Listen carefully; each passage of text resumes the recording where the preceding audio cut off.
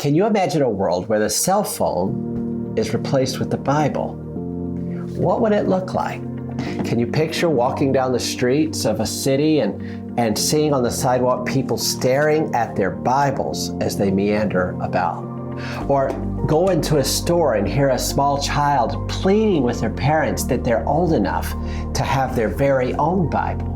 Or what would it be like to be conversing with a friend and have them continually looking at their Bible while you try to talk with them? Today, while you can find this Bible in most hotel rooms, in many a home, it's sadly neglected. No other book has been able to change lives like this book has. Why is it that so few read it? The Bible says that faith comes by hearing, and hearing by the Word of God. If you would like to renew or to begin your journey in its pages today, simply click the link below, and we can begin that journey now.